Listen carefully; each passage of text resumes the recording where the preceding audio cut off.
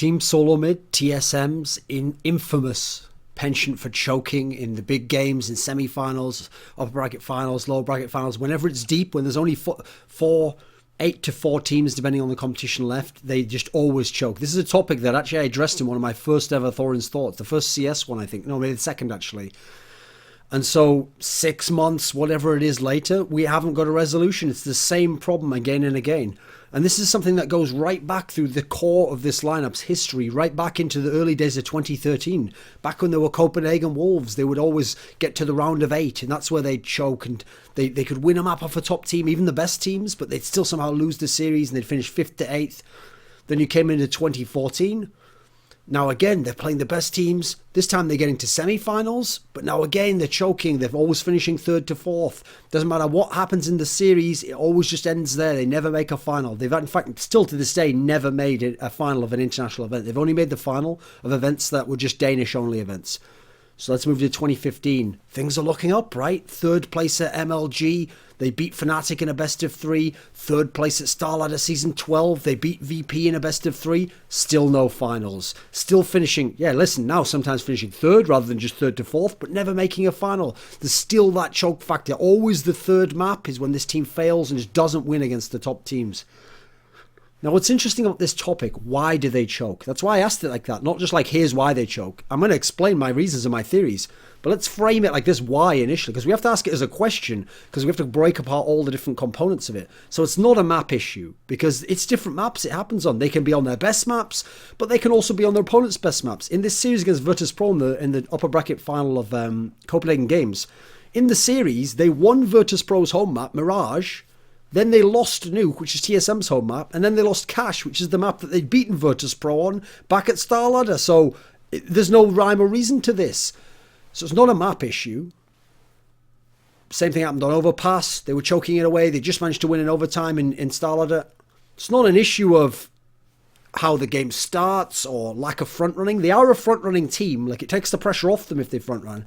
But some of these chokes happen in any sense. Some of these chokes happen where they go onto a map that should be good for them. This used to happen against NIP. And they just get utterly smashed on a whole map. And they're not even in the game. Other times, they get the front running like they did against Virtus.pro and Overpass at StarLadder. They were up 14 to whatever, 3 or something ridiculous. They get the strong lead against Virtus.pro in the 3rd map here at Copenhagen Games.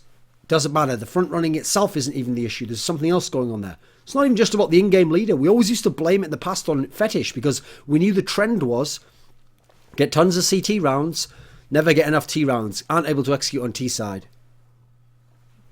So understandably, a factor that we used to put the blame on was Fetish as the leader. And by the way, we have seen Fetish as the leader. It clearly is.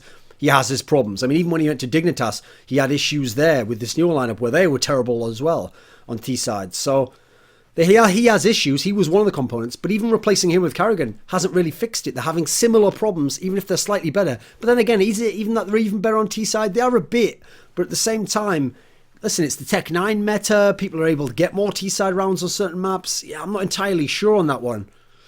Then you switch over to the fact that it's not even like when you say they choke, who is they? It's not all 5 players who choke. It's not that every player plays below his level and that's why TSM loses. Because remember, a lot of these games are close.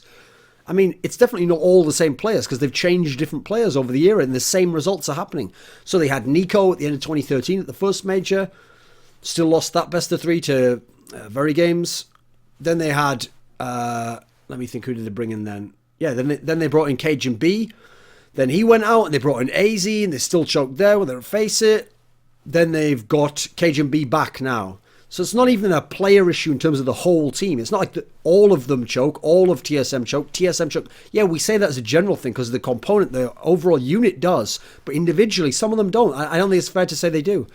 What's more, they even managed to choke in games that have gone really well. Like, actually, you wanted to say, oh, they broke through in beating Virtus.pro and that Overpass game and winning that series at StarLadder. Not really. What they did is choke as much as they ever could. It would have been the biggest choke they'd ever done if they lost that match. But at the very end, just sneak it and save it. I mean, I actually think part of the reason why it happened like that is because of the fact it got to overtime. So it got to overtime, it sort of mentally reset everyone, and then they could win again. If it had been a scenario where they'd have been stuck on the 14 rounds, I could have seen them just choking it away and losing 14-16 and VP getting to the 16 because VP were buoyed up. VP really thought we were going to do it, and they could see them choking and they were pouncing and they smelled blood. Now let's look at the team that they have. And you'll see why it's so confusing the way they choke, because the way they choke often, yes, they've had these CT chokes, like the famous one is at Katowice recently in the round of 8 where they lost to Nip and they were on CT side of Nuke, which is the really strong side, and they should have closed it out and all that sort of crap. Okay, in that scenario, they're choking because it is the lack of composure, and they're playing a legendary team who always come up with these amazing magical rounds in those situations. Okay, I can give you some leeway there. But a lot of the time, it seems to be when it's a third map and they're on T side, and all they need to do is grind. They don't need like 10 rounds, they don't need 6 rounds, they just need like 4 or 5 rounds, they just need to grind them out over the map. And what'll happen is they'll either get 1 or 2 early, or they'll get 1 or 2 late, and they can never get them in a row, and they can never grind them, and they always get 1 or 2 rounds short. But look at the team, they should be a good T side team. First of all, when you're talking about their players, I want to single 3 of the 5 players out, which is Cajun B, Zipnix, and Dupree. I think these 3 players are great. I won't say great players. Are all good players. I mean, Dupree's a great player, but they're all good players, and I think they all do their jobs on both sides of the map. On CT side, in general, TSM do their jobs. Or nearly all of them do their jobs on that side. But on T side, even these 3 players, they all do their jobs. Think about this. This is why they should be a good T side team. Okay, Zipnix. Listen, we all know his good spots on CT, but when he's on T side, he's famous since the early days of CSGO for his AK. His first bullet accuracy is really nice. His control of the AK is really nice. So they've got a really good AK player, and yet they're famously bad on T sides. It gets worse. Dupree is well known historically as one of the best entry fraggers in CSGO. He still is. He's not the best, but he's still one of the best, and his style still allows him to get entry kills. So you've got one player who's got a really good AK. You've got another player who's a really good entry fragger. How are you not winning T rounds? That's why we have to... Oh, and in terms of Cajun B, here's what I'll say about Cajun B. In Cajun B's case, I don't think it's much to do with his style of play or skill level at all. Like, the thing with him is he's not as skilled as Dupree in Device. And so as a result, he can't just single-handedly win the game for them anytime he needs to and get them out of trouble like an uber superstar would. He's not a superstar, but he is a good player. He's above average, definitely. And he can have games where he looks star level. But the thing with him is he's like a confidence player. As far as I can tell observing him. Like, he's the guy where he believes he's better than he is. He thinks he could be the best player on this team. He thinks he can be the best player in the server. He actually believes that. So when things are going well, listen, he does to the max of his abilities. He's not Device, so he can't just blow everyone out the server. But he can do very well, and things can go really well. He's willing to take those chances. So again, good T-side player. That's exactly what you want. Now, his problem is that arrogance, that cockiness, which helps him and buoys him up and makes him think he's better than he is, also seems to turn into rage when they're losing. And I think he can be a sort of a negative element in TSM to a degree when they're losing. And I don't think he makes the environment very good. And you've seen him come in and out of the lineup. I think that's a factor of it. And then the fact that he loses motivation when things aren't going his way, that's not a good thing. But taking just his in-game presence, he's fine. Those 3 are all fine in-game on the T side. Now we get to the other 2. First of all, I'll go with Device. I'll go with the easy one first. The reason I always bring this up is because Device's skill level, his talent is off the charts. He should be one of the 5 greatest players to ever play CSGO. He's really got that level of talent. He should have won trophies and won series over bigger teams by being the star who carried them. His choking is the most noticeable. As in, it doesn't matter what the series is, how it's going, how he's even doing in map 1 and 2. Map 3 is where Device will always disappear. In fact, map 2, usually in the second half, he starts to fade a bit, and then map 3, he'll just be out of there. He'll just have either average numbers, he'll just have, okay, you'll see none of that craziness that you're used to seeing from Device where he's a fucking amazing player. He'll start to just fade away. He'll play less aggressively, play more passively. Everything just wilts away, and you can see the soul almost sucked out of him. The thing with Device that kills me is that some of these losses they have, like this Virtus Pro one in the upper bracket final, are 14 to 16 losses. These are losses where they're so close to the finish line. They don't need Device to carry. He doesn't have to be Kenny S. He doesn't have to be old school Get Right. He doesn't have to be one of these like Guardian and Navi. He doesn't have to carry the team for them to win. They just need 5% more out of him. Hey, if they get 10% more, then they'd be winning some of these games dominantly. But even just 5% more of what he's capable of, because at the moment he's not giving them much, would be enough to win these games. Would be enough to win a key round here. Would be enough to get those key double kill there. That's all we're asking for in his case. But the fact that he chokes so much is an issue here. But the problem is you can't remove Device because he's so good and he gets you to that point in the tournament that, again, it's something you have to work with and work around, because I don't know what the solution is. I wouldn't take him out and put in another player, because who are we going to bring in? Nico, Kirby. I mean, these players, even if they don't have the same composure issues, they're not going to be as good as Device. So you're kind of stuck there. You have to hope you can figure out a way to work with him. Now, the other factor, the in-game leader, Carrigan, he clearly has problems on T-side calling. Now, the main problem I've identified is that it feels like in these hard third map clutch situations, or you have to grind out 4 or 5 rounds. That's where I've always said that's the real test of an in-game leader, is how to grind. Because the concept here is not just like, here's this round, I'm going to pick, just on this information, only the best strategy for this round. You're also thinking ahead, right, I need 4 out of the next 8, therefore I need to either do these certain attacks early on that can set up something so that later on, even if these don't work, I have options later as to what site I'm setting up later to go with in terms of my flashes and smokes to make the CT in-game leader read me incorrectly. Or you're looking for rounds that, like, economically can make sense here because I know that, okay, if this fucks up here, the round that I'm going to go to afterwards, we can still do that at the half buy. This is where the great in-game leaders really shine, is how to grind. And that's where, historically, one of the best in Denmark was a guy called Ave, and he was a god at grinding rounds out. He could always get the 4 out of 6 he needed. He could always get the 3 out of 7 or whatever on a hard half. He could figure out a way to make these patterns work in his behavior and make it so that he was never losing 3 rounds in a row. He'd lose 1, trade 1 back, win 2 out the next 3, 1 out the next 3, whatever the score he needed to keep on pace and keep adapting and tweaking a little bit, so he was always getting rounds eventually. Carrigan really seems to struggle from this. It seems like when he gets in these pressure situations, he's tried a few set strats and they don't work. He just runs out of ideas. And they seem to have no tactics, because what they revert to is this style that I hate to see in CSGO, which is when the terrorists go super slow. They don't even attack initially. They just keep walking up into the base positions that would be where you'd execute a tactic, holding and just praying that CTs peek them. Now, the CTs don't peek them because it's getting later in the game and getting more close, so you're just kind of waiting to see what the terrorists do. So then they'd keep going super slow and they just walk into the site. They try to walk the fucking bomb across the line into the site and plant. And so what they do is they walk in and they just take these aim duels. And because they've thrown all the normal smokes that you'd throw, the smokes are gone, some of the flashes are gone. They can't even go in and use those. Now they're just walking into clean sites against CTs who are set up against them. The problem with doing this is, first of all, it doesn't work for TSM. Some of their players in those sorts of scenarios, that's when they feel a lot of pressure. And that's when their normally good aim doesn't work out for them. And they have these composure issues. So TSM itself, it doesn't work for. But there's very few teams it does work for. Like, the 2 teams I can pick out who it does work for is NIP and Virtus Pro. And these are 2 teams famous for their legendary composure, their clutchness, their ability to win these crazy 2v3, 3v3 type scenarios from these situations because of their great intuitive team play and knowing what their teammate will do and inner confidence that we can still grind out these situations. Okay, NIP and VP can do it. It's not like TSM are the only ones who have problem out their top teams. Fnatic sometimes have issues doing this. That's why they have to get the 12 or 13 CT rounds, otherwise sometimes it's an issue, especially pre-Tech 9.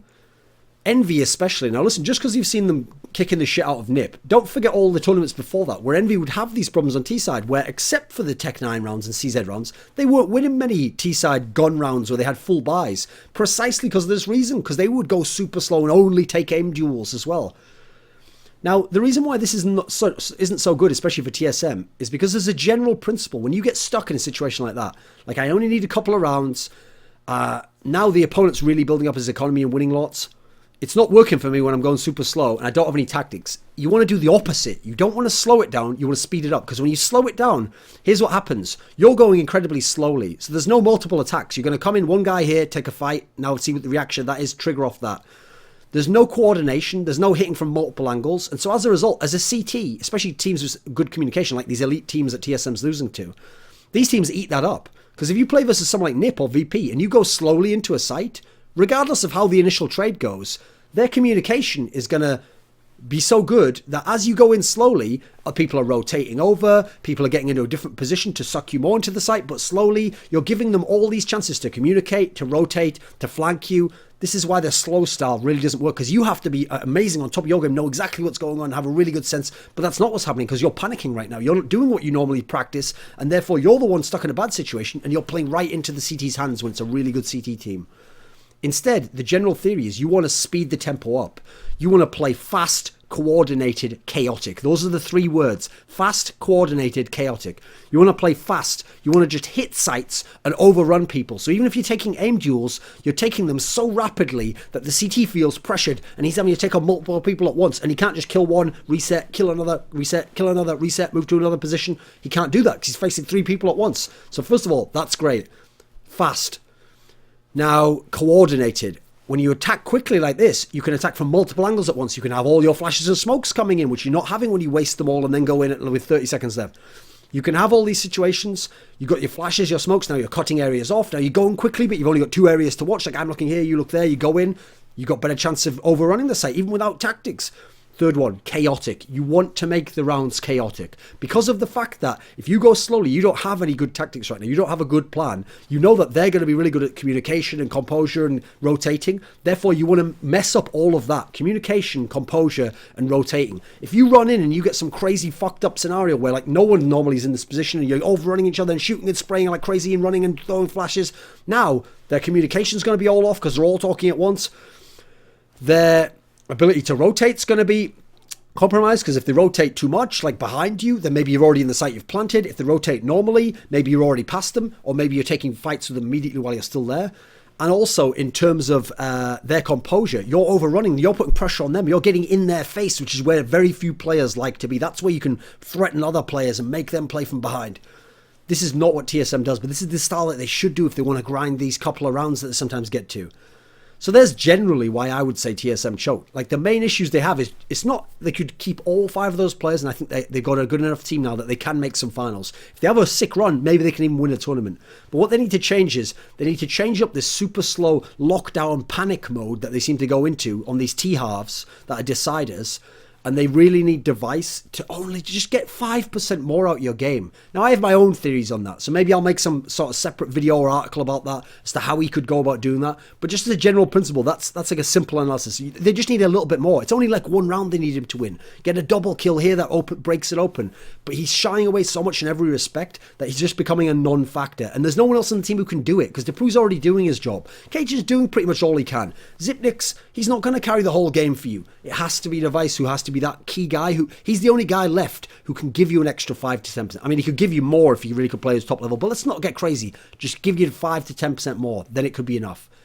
Now, speaking of fantasy scenarios where TSM get more and they go to finals and things are great and they win more money, see what I did there? If you want to play fantasy Counter-Strike Global Offensive, then Thorin's thoughts sponsor Vulcan, vulcun.com, have fantasy CSGO. So if you go there and you sign up with the code name Thorin with 3 O's, THOOORIN, then they will match your initial deposit by up to 100%, up to $1,000. And you can go there, pick a play day, pick a match, pick out the team in terms of fantasy. Oh, I think this star player and these other ones, and then play and see if you win money. Thanks a lot.